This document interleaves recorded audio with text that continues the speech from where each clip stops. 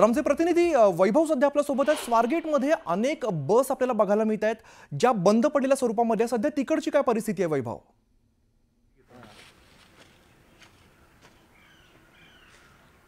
या डेपोच्या कोपऱ्यामध्ये ब्रेकडाऊन झालेल्या किंवा स्क्रॅप केलेल्या बसेस ज्या आहेत त्या अशाच आणून उभ्या केल्या आहेत आणि त्याचा वापर कशासाठी होतो ते आपल्या लक्षात येईल। जिथं रोज हजारो लोक येतात त्या स्वारगेट बस स्थानकामध्ये या बसेसमध्ये नेमकं काय चालतं ते आपल्याला दिसतंय। समोर कंडोम पडलेले दिसत आहेत। या बसेसमध्ये आतमध्ये गेल्यानंतर सिगरेटची पाकिटं जी आहेत ती आहेत ज्याचा वापर गांजा पिण्यासाठी केला जातो।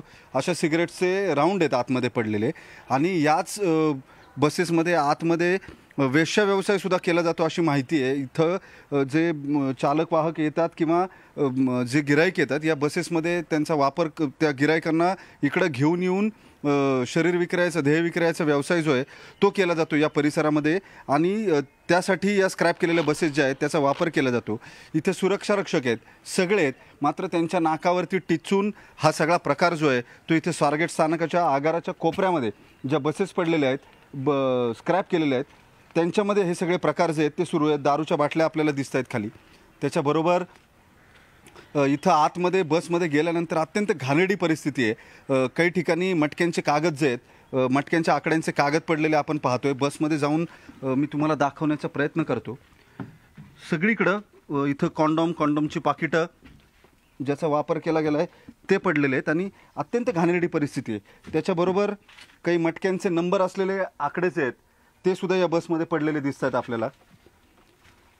त्याच्यानंतर या आकड्यांनंतर तुम्ही बसमध्ये आतमध्ये गेलात, बस पूर्णतः स्क्रॅप झालेली बस आहे ही। सीट आहेत या गाडीमध्ये फक्त उरलेले आणि परिस्थिती आपण पाहतोय। इथं सिगरेटची थोटकं पडलेली आहेत। या थोटक्यांचा वापर गांजा ओढण्यासाठी किंवा चरस भरण्यासाठी जे सिगरेट रिकामे केल्या जातात त्याच्यासाठी हा वापर होतो। हे रोल आहेत कागदाचे त्याच्यामध्ये टाकून हा सगळा प्रकार जो आहे तो इथं चालतो। कंडोमची लागेल नको म्हणजे बघवत नाहीत अशा परिस्थितीत इथं कंडोमची पाकिटं पडलेली आहेत। जो आरोप इथल्या काही सामाजिक कार्यकर्त्यांनी नाव न सांगण्याच्या अटीवरती जी माहिती दिली आहे त्यानुसार या बसेसमध्ये देहविक्रयाचा व्यवसाय केला जातो। काही महिला आहेत, इथं येणारे काही प्रवासी असतील किंवा चालक वाहक असतील जे मुक्कामी येतात बाहेरून येतात ते या ठिकाणी या देहविक्रयासाठी वेश्यागमनासाठी इथं येतात आणि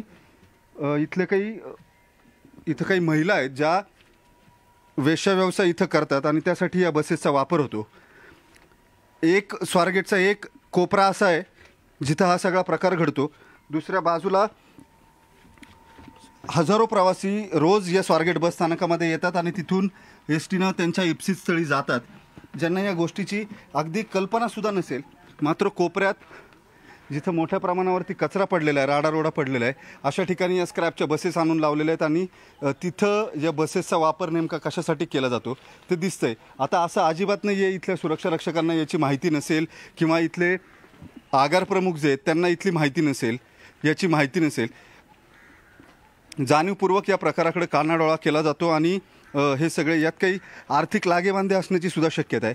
मात्र ही अत्यंत घाणेरडी गोष्ट आहे जिथं याच सगळ्या प्रकारांकडे वेळोवेळी कानाडोळा केल्यामुळं ही घटना जी आहे ती घडली असं म्हणायला वाव आहे। याचं कारण बरोबर मध्यवर्ती शहराच्या मध्यवर्ती भागात असलेलं हे बसस्थानक आहे जिथून 24 तास राज्यभरात सगळीकडे एस टी बसेस जात असतात आणि तिथली ही परिस्थिती आहे। तिथं सकाळी 4:45च्या सुमारास 5:30 पर्यंत एका मुलीवरती खरं तर सर्वसामान्यांसाठी अतिशय आधार देणारी बस असते आणि वैशिष्ट्य म्हणजे हाकेच्या अंतरावरती पोलीस स्टेशन आहे आणि त्या ठिकाणी जर अशा गोष्टी घडत असतील तर खरंच धक्कादायक ही आपल्याला बाब म्हणावी लागेल। एक छोटासा ब्रेक घेतो आणि लगेचच परत येतोय। पाहत राहा न्यूज 18 लोकमत।